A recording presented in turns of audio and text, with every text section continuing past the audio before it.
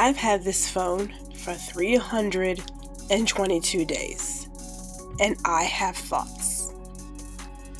Everyone loves to review a phone after 72 hours, but I don't.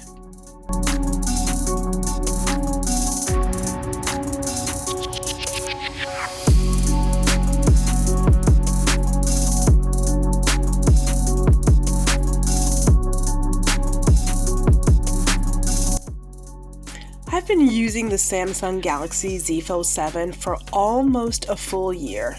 In my real life, my business, my content creation, all of it.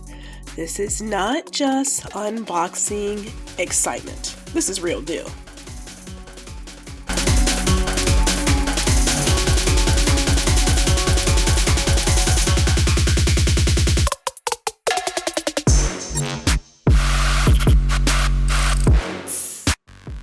If you're thinking about buying this phone or any other foldable, or you already have one and you're trying to figure out if it's worth it long term, this video is for you. Now, I've used this in my business, for content creation, travel, not just sitting at home testing apps. This is not a spec review. You can Google that. This is about what happens after 300 plus days when the excitement is gone and it's just part of your life.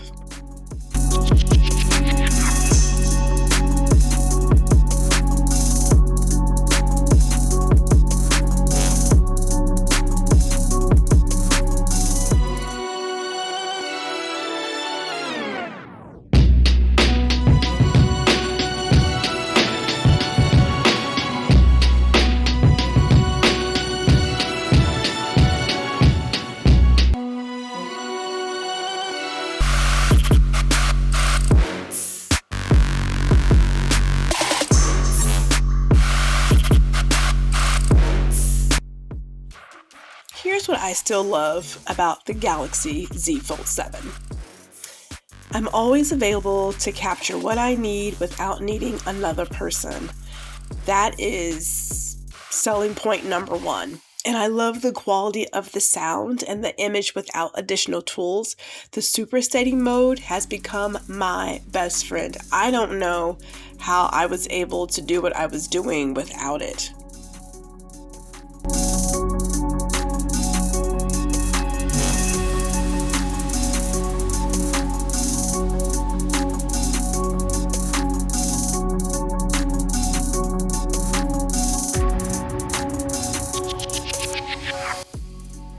Now, here is what started to annoy me. I don't like how dark the super steady mode is when there's not enough light, which again, pluses and minuses, but the quality gets super grainy. I mean, extremely grainy. It's steady, yet it's shaky. It is clearly a decrease in the quality of work, but you know, what can I tell you? But I will say this is the biggest surprise. It is still, the Samsung Galaxy Z Fold 7 is still my go-to recording device despite having other options available.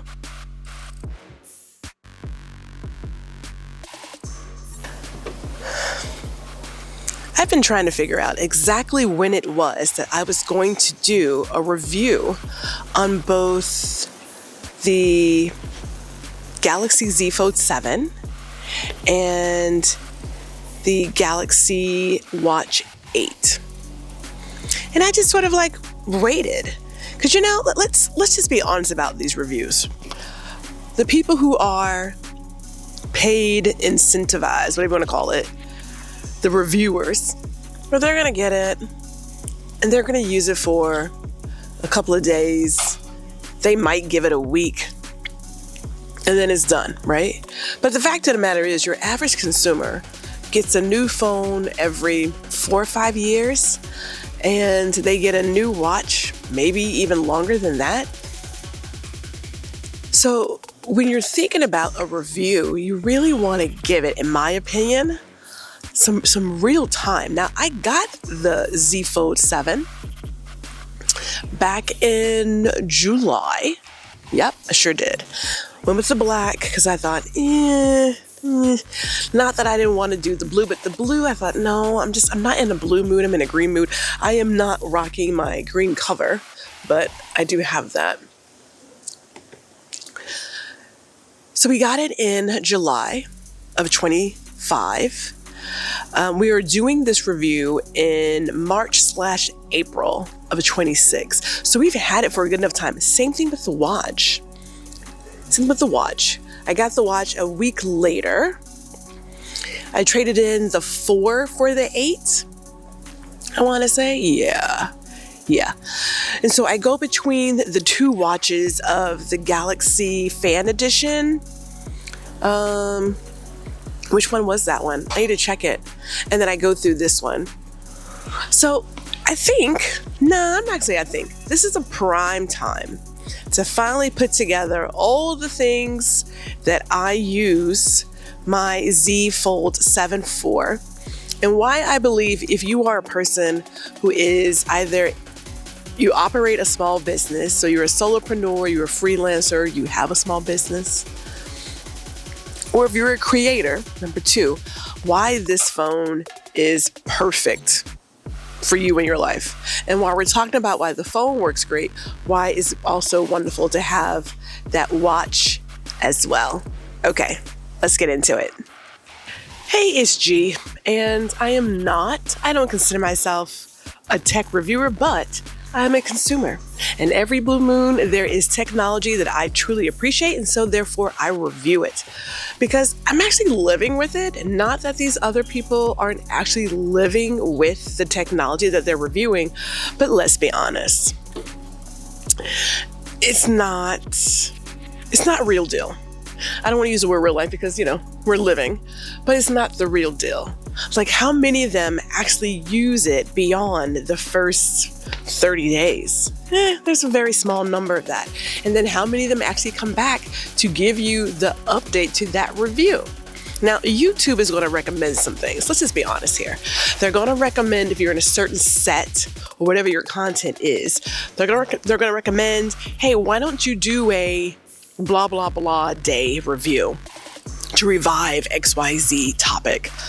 I get it. I mean, hey, we're all putting something out here for some reason or another, so we're not going to pretend that this just comes from a good place. It is from a good place, though.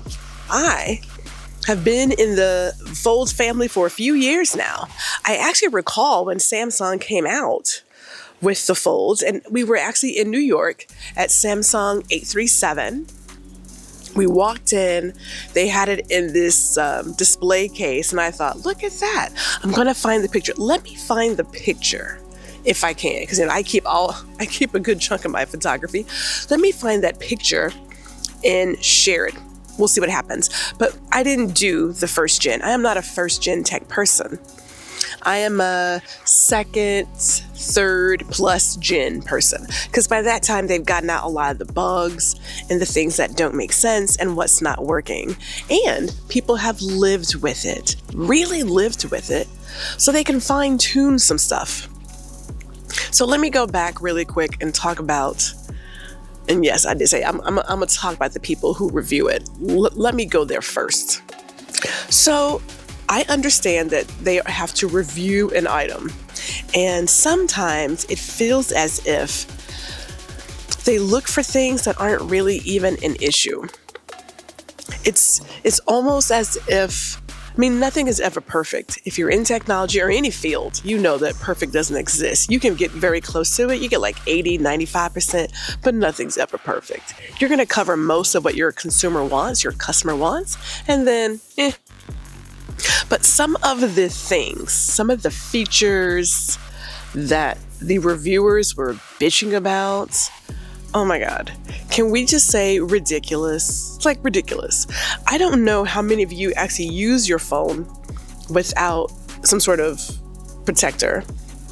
Like, a lot of folks are going to put a phone case on their phone, but there were so many of these reviewers who were discussing and demonstrating how the phone wobbles because of the phone bump. Oh my goodness, it's wobbling. Oh, I don't know if I can use my phone on the table because it wobbles. Put a phone case on that bitch and be done with it. Like, who cares? Like that's your determining buying factor. Like you go into the store and you put it down, you're like, oh my goodness, it wobbles. I don't know if I can deal with this. Seriously, that's an issue. And we'll also talk about the crease. It folds. You do know that we live in this world that when you move, things have a reaction to your movement. So if you take paper and fold it and put a little crease in it, it's going to have a line. It's going to have a line. You know? When you sit down in your clothes, you're going to see creases and lines. You're like, oh my goodness. Now, I know there are some people, mostly men, who will sit in their office without their pants on because they don't want to get any wrinkles and creases. Can we marinate on that really quick? Can we really think about that? Now, for some people, it makes sense to them to hang their slacks in an office and sit in their chair, you know, with their drawers and whatnot, because they don't want any creases. I'm not judging it, although I am.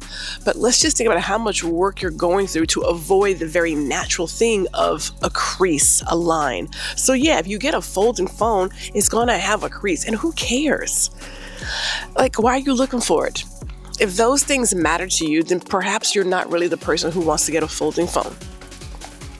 Then there is the S Pen. Now, I enjoyed the S Pen. I still have my 6. I enjoyed the S Pen, but is it a deal breaker? No, it's not. I will take a slimmer phone any day over the S Pen. Now, if you can figure out how to make it work, fine. It's no big deal here. Most of us had a phone case that held the pen, so there was that. But that's not a deal breaker. Do I miss it? I missed it. I mean, I did use my pen, right? I'm a writer. I do like to scribble out some of my storyboard ideas for my photography customers, or when I have my own idea of how I want to create a particular video or series. Yes, I like to scribble out stuff, but is it going to stop me from buying a slimmer phone? Fuck no, it's not. It's not that big a deal. And what's that last thing? Oh, the price. The price is $2,000. Who do we blame for phones being this expensive? Is it Apple? Is that who we blame for phones being this expensive? Because they came out with a phone, I forgot how many years ago, that was like about $1,000. No, was it 1,000 or was it like 9? It was up there. And ever since then, when they broke the seal off of the price barrier, we've gone further up and further up and further up. Now, I buy my phones outright. I don't like buying the phone from the phone carrier. I don't like all the bloat. I don't like having it be subsidized and being on some payment plan. I don't like it. I want to take my phone. I want to take my technology and go wherever I want to go with it. That's my plan. So the hubs and I, we buy the phones outright. This particular phone was a birthday gift because I had bought the 6 not too long ago. And so the husband we were watching the Unpacked show in July, early July? Yeah, early July. We were in Atlanta with our grandkids and everything. And I was dropping all the hints like, hey, you know, I have a birthday coming up. I've got the birthday coming up. The 50th birthday. We have an anniversary coming up, but it was a birthday gift. And I said, it would be so great if this was like the gift, if you're looking for a gift. And he was like, am I looking for a gift? I don't know. I'm just telling you that if you're looking for a gift, this is a gift you want to get for us, sister. Just let you know. And so, of course, he got the gift. So this is the first year that I didn't buy the phone. I've always bought my phones for like a good number of years now. And then when he and I got married, same thing. I said, we buy phones outright. And we're also going to leave AT&T and go to Verizon. So there's that. All right. So those are the 3 things people talked about. So is $2,000 a lot for a phone? Yes, it is. But when I consider what I'm doing with this phone as a business person and as a creative, the cost doesn't matter to me. Now, let me give a quick little side note as I wrap up this first segment. The Z Fold, that triple fold, golly. Yeah, I really wanted one of those. I really did. Not because I need it. And that phone reportedly would be the same size, the same thickness as the 6. So I know how heavy that is, right? But it looks like that got discontinued and my heart hurts. So are there still some in the US? From my understanding, yes. Do I want to now buy a $3,000 phone that has been discontinued? That answer is no. I think it's a beautiful idea to have a fold that folds out to a full-size tablet. I really wanted that phone. But again, I don't do first-gen tech. And so that for me is my deal breaker. I don't want to be somebody's guinea pig. I don't have the heart for that. When I buy stuff, because I'm actually living with it and using it, I need to be able to do what I got to do and not deal with bugs and all kinds of things that have not been figured out yet. So now that we got that figured out, let's go into what I love about the Z Fold 7.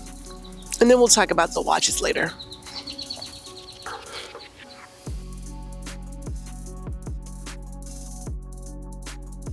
So it's not too late to get into the foldables because they're still out there and they are becoming more popular. But the Z Fold 7 is extremely thin, so I do love the light weight of this phone. And I also really enjoy this case. That one little handle piece, it has become a lifesaver. And nope, I don't feel funny about not having the front of the phone protected. I actually like it that way. And this case does come with the screen cover, so the screen itself is not scratched. The second thing I really enjoy about the phone is the relationship between Microsoft 365 and Samsung Galaxy phones. I can select the images I want or take a picture, and as I'm taking the picture, I immediately see that picture upload to the laptop or the desktop. That's a time saver. Who doesn't want that kind of relationship when they are working on a consistent basis with images and videos? The other thing I really enjoy about this phone is I'm not afraid to work around water. Now here's the deal. It just so happens that this particular phone, yes, my Z Fold 7, happened to fall over into the water. The interior's not damaged, the charging port's not damaged, the exterior's not damaged. Now, the camera I am using to record all of this, I would never want it by the water, which is why it's not. So having this type of phone available allows me to create content and not freak out about, is my phone going to get wet or not? I could care less. Now, clearly I don't want to lose it in the ocean, but if you're working by the pool, you're out there by the splash pad, you're going to be okay.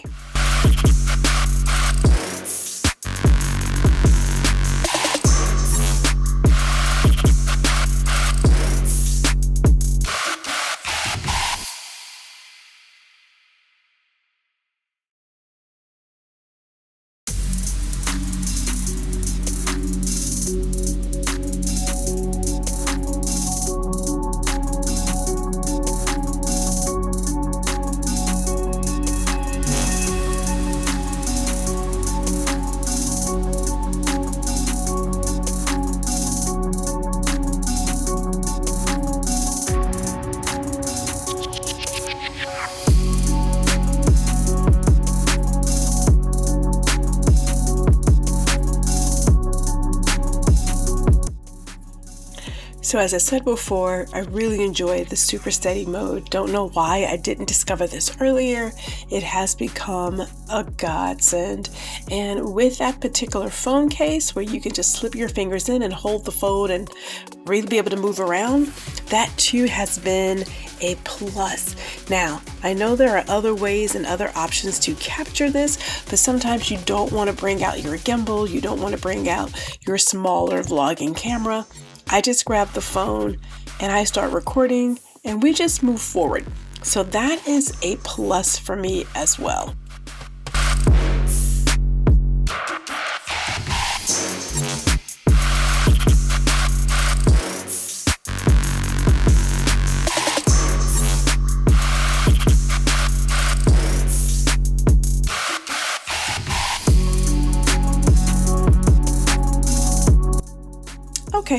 let's sum this up because we know that the Galaxy Z Fold 7 is not for everybody. As a matter of fact, I'm going to say a foldable phone is not for everyone. So you should look at a foldable phone if you're a multitasker, if you create and manage on your phone, or if you like flexibility. You should not consider a folding phone if you want simple and lightweight, you don't use split screen productivity, and you're price sensitive. This is not for you. And here's the deal. If you're a Motorola person, get a Motorola. If you're Apple, get an Apple. If you're Google, get Google. If you are Samsung, get Samsung. There are no foldable killers and winners. It's all technology. They're all phones. At the end of the day, we like what we like.